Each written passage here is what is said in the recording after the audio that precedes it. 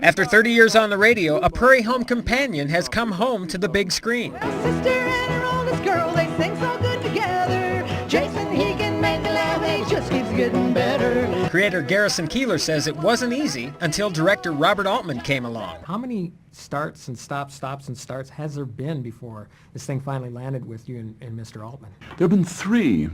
I've been involved in three movie projects, which all sort of petered out or collapsed, and but at no loss of life. No animal was harmed in the process, and then this one just came about rather surreptitiously, and it worked out really remarkably easily.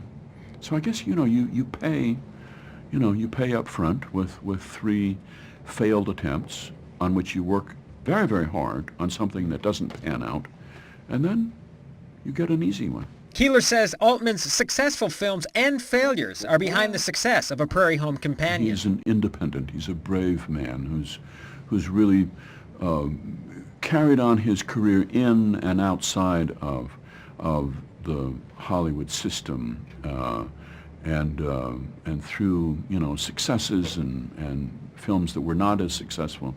So he's a gambler. He's a bandit. He's without fear.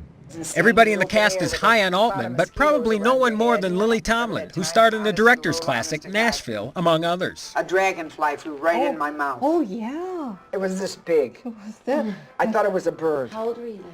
I was 13. Your mother was 10. I'm grateful. Every time Bob calls me and I think I might have a part in one of his movies, I'm ready to go. Show's almost over. In more ways than one. And to what extent will Virginia Madsen go for Robert Altman? She doesn't sing in the film, but would, and more.